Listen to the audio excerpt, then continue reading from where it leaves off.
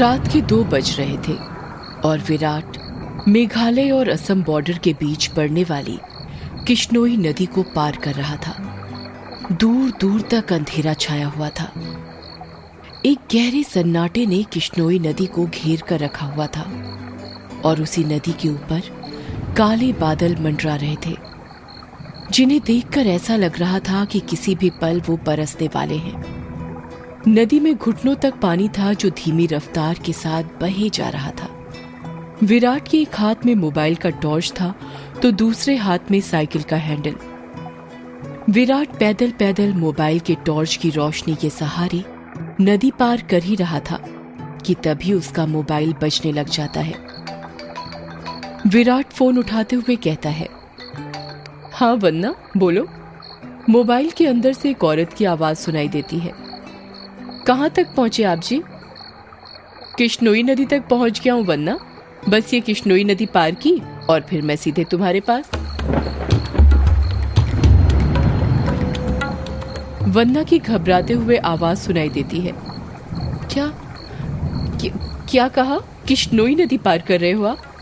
और नहीं तो क्या, अब तुम्हें तो पता ही है कि बंगला मुडा गांव से रोगंका मुचा गांव जाने का एकमात्र यही रास्ता है और वो भी नदी पार करके जाना पड़ता है। आपको इतनी रात में वापस नहीं आना चाहिए था। ग्रेवयार्ड कोठी में ही रुक जाना चाहिए था। आपको पता है ना नदी के पास वो घूमती है। विराट हैरानी के साथ पूछता है, वो घूमती है मतलब? आपको सब पता है पर फिर भी आप जानबूझकर ऐसा बोल रहे हैं ना। माँ जी ने बताया था ना कि नदी पार करते वक्त उसका नाम नहीं लेना चाहिए वरना वो सच में आ जाती है। वंदना, तुम भी ना कहाँ माँ की बातों में आ गई। लगता है माँ ने तुम्हें भी यक्षिणी की कहानी। विराट अपनी बात पूरी करता उससे पहले ही वंदना घबराते हुए कहती है, चुप हो जाओ जी। हे काली माँ, मेरे पति की रक्षा करना और अनजाने में इनसे जो अनर्थ हुआ है उसके लिए माफ कर देना। अब ये कभी उसका नाम नहीं लेंगे।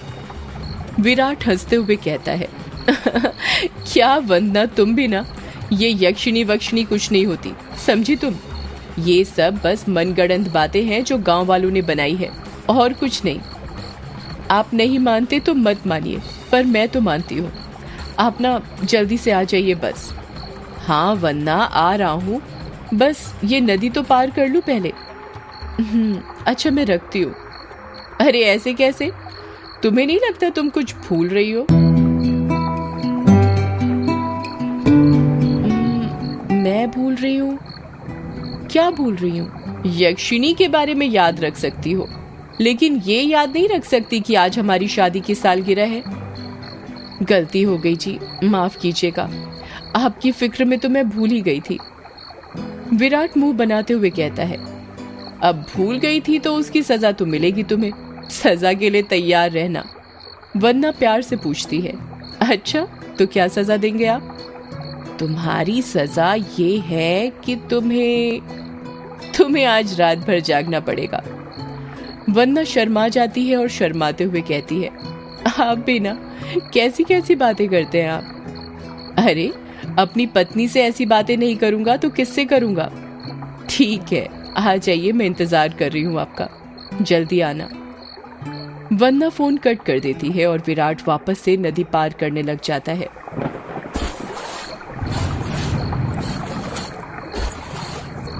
अभी विराट ने 1-2 कदम ही आगे बढ़ाए थे कि तभी उसको पायल बजने की आवाज सुनाई देती है।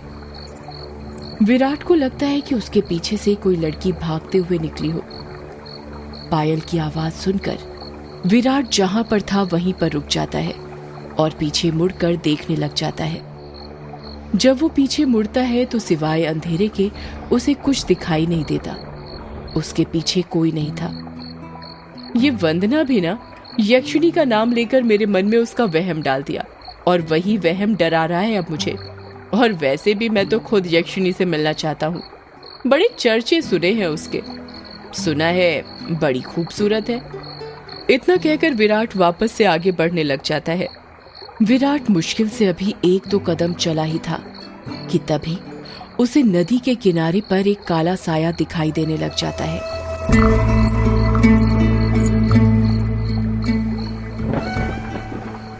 उस काले साए को देखकर विराट के कदम अपने आप थम जाते हैं। साए को देखकर ऐसा लग रहा था कि जैसे वो विराट का ही इंतजार कर रहा था। काले साए के पास से पायल के बजने की आवाज और चमेली के फूल की खुशबू आ रही थी। विराट के हाथ पैर कपकपाने लग गए थे। विराट डरते हुए कहता है, कहीं वंदना की बात सच तो नहीं थी? ये यक्षिणी तो नहीं? विराट उस साए को देखकर इतना डर गया था कि उसका पूरा चेहरा पसीने से लथपथ हो गया था। विराट के हाथ पैर ठंडे पड़ गए थे। उसका दिल जोरों से धड़कने लग गया था। उसकी समझ में नहीं आ रहा था कि वो क्या करे। विराट डरते हुए कहता है, कौन है वहां पर? कोई जवाब नहीं आता है। सन्नाटा अभी भी छाया हुआ था। विराट अपने मोबाइल का टॉर्च उस काले साए पर मारने लग जाता है। जब उस टॉर्च की रोशनी उस काले साए पर पड़ती है तो विराट देखता है कि वो साया किसी और का नहीं बल्कि एक लड़की का था। नदी के किनारे पर एक बहुत ही खूबसूरत लड़की खड़ी थी जिसकी उम्र करीब 24 साल और लंबाई 5 फीट 2 इंच थी। उसकी लंबी सी गर्दन, गुलाबी से होंठ, बाल खुले हुए जो उसकी कमर तक आते थे, उसका गोरा बदन और उसी गोरे बदन पर उसने काली साड़ी पहन रखी थी। वो लड़की किसी अप्सरा से कम नहीं लग रही थी। वो इतनी खूबसूरत थी कि कोई भी मर्द उसका रूप देखकर अपनी हदों को भूलकर उसकी बाहों में मदहोश होना चाहे। वो लड़की अपने हाथ से विराट को इशारा करते हुए अपने पास बुलाती है। उस लड़की को देखकर विराट भूल गया था कि यक्षिणी जैसी कोई चीज भी होती है। विराट अपनी साइकिल को वहीं पर छोड़ देता है और जल्दी जल्दी उस लड़की के पास जाने लग जाता है, जैसे उसके बदन में कोई आग लग गई हो। विराट उस लड़की के पास जाकर उससे धीरे से पूछता है, कौन हो तुम और यहाँ पर क्या कर रही हो? क्या नाम है तुम्हारा? लड़की अपने चेहरे पर मुस्कान लाते हुए कहती है, नाम में क्या रखा है? जो रखा है काम में रखा है। कैसा काम? लड़की विराट की आंखों में देखते हुए कहती है, वही काम जो तुम घर पर जाकर अपनी पत्नी के साथ करने वाले थे। तुम उसे आज रात भर जगाना चाहते थे ना? क्या तुम मुझे नहीं जगाओगे? उस लड़की की आंखों में एक नशा सा था जिसे देखकर विराट सब कुछ भूल गया था। ऐसा लग रहा था जैसे वो उसके वश में आ गया हो। विराट भी उस लड़की की आंखों में देखते हुए कहता है, हाँ क्यों नहीं, मैं तुम्हें आज रात क्या कल परसों नरसों हमेशा जगा कर रखूंगा, कभी नहीं सोने दूंगा तुम्हें। इतना कहते ही विराट उस लड़की को अपने सीने से सटा लेता है और अगले ही पल दोनों नदी की रेत पर निर्वस्त्र पड़े हुए थे। दोनों के जिस्मों की गर्मी से रेत उनके शरीर पर चिपक गई थी। उस लड़की के बदन में से चमेली के फूलों की खुशबू आ रही थी। लड़की नीचे थी और विराट उसके ऊपर। विराट के माथे की पसीने की बूंद ये साफ जाहिर कर रही थी कि वो थक चुका था और उसके बदन की सारी ताकत खत्म होने वाली थी। पर उस लड़की का चेहरा देखकर ऐसा लग रहा था जैसे अभी कुछ हुआ ही नहीं था। उसके अंदर की प्यास अभी नहीं बुझी थी। विराट अपने चरमोत्कर्ष अवस्था में पहुंचने वाला था और कुछ ही पलों में वो उस लड़की के बदन पर ध्वस्त होने वाला था। तभी उसकी नजर उस लड़की के वक्ष पर पड़ती है और वो देखता है कि उस लड़की के वक्ष पर धीरे धीरे झुर्रियां आने लगी थी।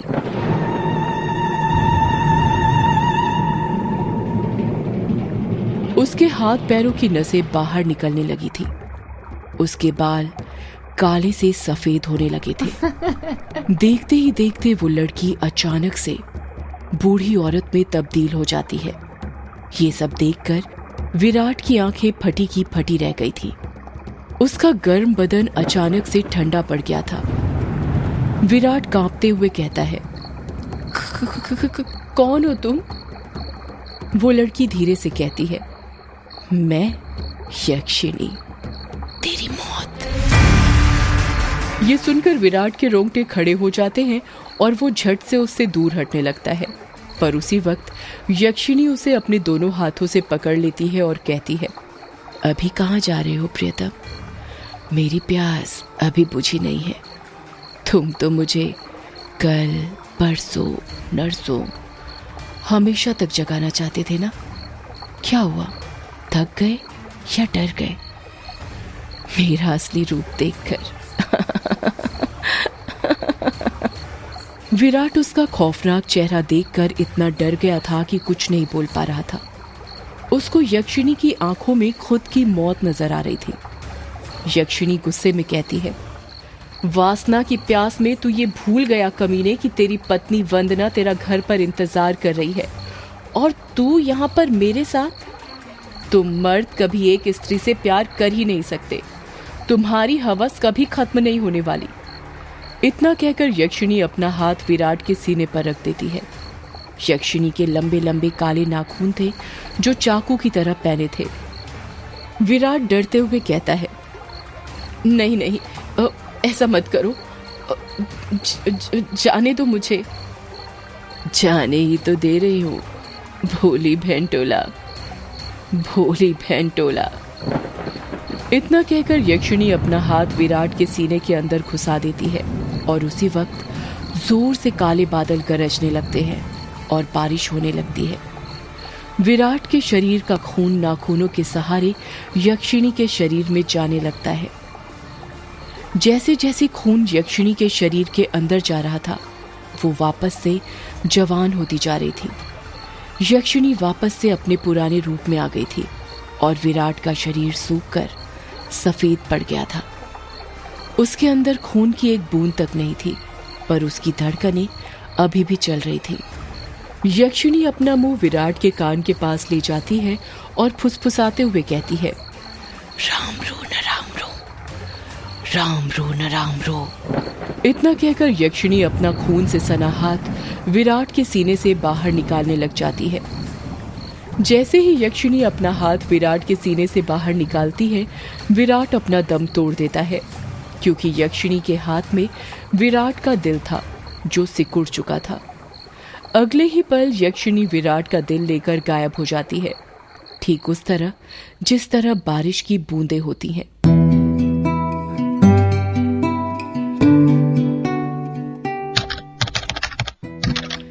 टाइपराइटर के बटन दबने की आवाज सुनाई दे रही थी। एक आदमी जो कि कोट पैंट पहना हुआ था, एक बंद कमरे में सफेद टाइपराइटर के ऊपर कहानी टाइप कर रहा था। उस आदमी ने बड़ा सा गोल चश्मा पहना हुआ था। कमरे के अंदर चारों तरफ बुक सेल्फ रखी हुई थी, जिनमें करीब 1000 से भी ज्यादा किताबें जमी हुई थी।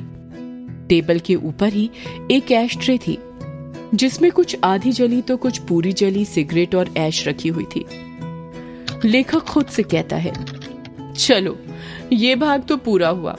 अब दूसरे भाग में वंदना अपने पति की मौत का बदला लेगी, साथ में यक्षिणी के अभिशाप का पता लगाएगी और उसे इस अभिशाप से मुक्ति दिलाएगी। रीडर्स को बहुत दुख होगा विराट की मौत से, पर क्या करें, मौतें होंगी तभी तो हॉरर कहानी आगे बढ़ेगी। इतना कहकर लेखक एक सिगरेट जलाता है और उसके कश खींचते हुए अपने मोबाइल से किसी को फोन करने लग जाता है। फोन के अंदर से उबासी लेते हुए आवाज सुनाई देती है, हेलो कौन? हेलो जगदीश, वो मैं बोल रहा था कि कहानी तैयार हो गई है। अच्छा सर, आप हैं? क्या कहा आपने? कहानी तैयार हो गई? ये तो बहुत अच्छी बात है सर, पर बुरा मत मानिएगा सर, ये बात आप मुझे सुबह भी बता सकते थे। इतनी रात में कॉल करने की क्या जरूरत थी? लेखक सिगरेट का कश खींचते हुए कहता है, क्या कहा इतनी रात में? आखिर अभी वक्त ही क्या हुआ है? बस।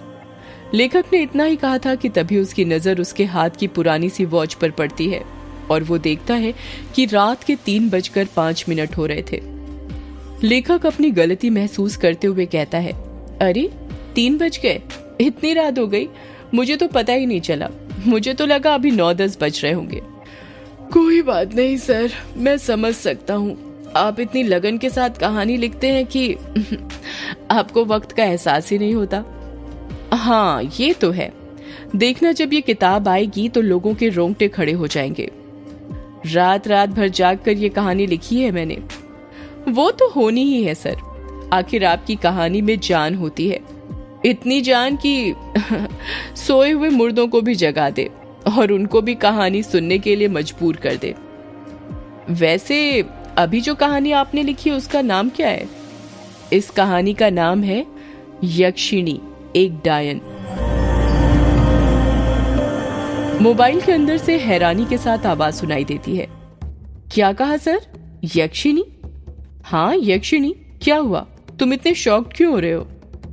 सर मैंने सुना है ये जो यक्षिणी है ये आपके गांव के पास जो किश्नोई नदी है वहां पर घुमा करती है और मर्दों के साथ वो सब, यानी वही सब करके उन्हें मार देती है। हाँ तो सर आपको डर नहीं लगता जिस गांव में यक्षिणी घूमती है वहीं पर रहकर उसके बारे में कहानी लिखकर अगर यक्षिणी ने आपको कुछ कर दिया तो? जगदीश, यक्षिणी इतनी बुरी नहीं होती जितना गांव के लोग और तुम सब समझते हो। मतलब ये कि यक्षिणियां बहुत अच्छी होती हैं, इतनी अच्छी कि दूसरों की खुशी के लिए अपना सब कुछ कुर्बान करने के लिए तैयार हो जाएं। पर कभी कभी जिंदगी में कुछ ऐसी घटना घटती है कि आपकी पूरी जिंदगी बदल जाती है। कैसी घटना सर? मैं कुछ समझा नहीं। पौराणिक मान्यताओं के अनुसार हमारे ब्रह्मांड में अनेक लोक हैं जिसमें देवी देवताओं, सुर असुर, राक्षसों का वास होता है। इन सभी लोकों की दूरी पृथ्वी से अलग अलग है। कहा जाता है कि इन सभी लोकों में विष्णु लोक सबसे ऊपर है और सबसे निचला लोक यक्ष, यक्षिणियों और अप्सराओं का है जो पृथ्वी से सबसे नजदीक हैं। जो लोग पृथ्वी के सबसे नजदीक हैं उस लोक के देवी देवताओं की पूजा करने से वो देवी देवता जल्दी प्रसन्न होते हैं। जगदीश बीच में ही बोल पड़ता है, ऐसा क्यों सर? उस लोक के देवी देवता इतनी जल्दी प्रसन्न क्यों होते हैं? क्योंकि लगातार ठीक दिशा और समय पर किसी मंत्र की साधना करने से उन देवी देवताओं तक तरंगे जल्दी पहुंचती हैं। यक्ष यक्षिणियों के लोक में से ही एक यक्षिणी द्वापर युग के अंत में पृथ्वी पर आई थी जिसको एक अभिशाप मिला था, एक ऐसा अभिशाप जिसने उसकी जिंदगी बदल दी थी। कैसा अभिशाप सर? आप किस अभिशाप की बात कर रहे हैं और उसे ये अभिशाप किसने दिया था?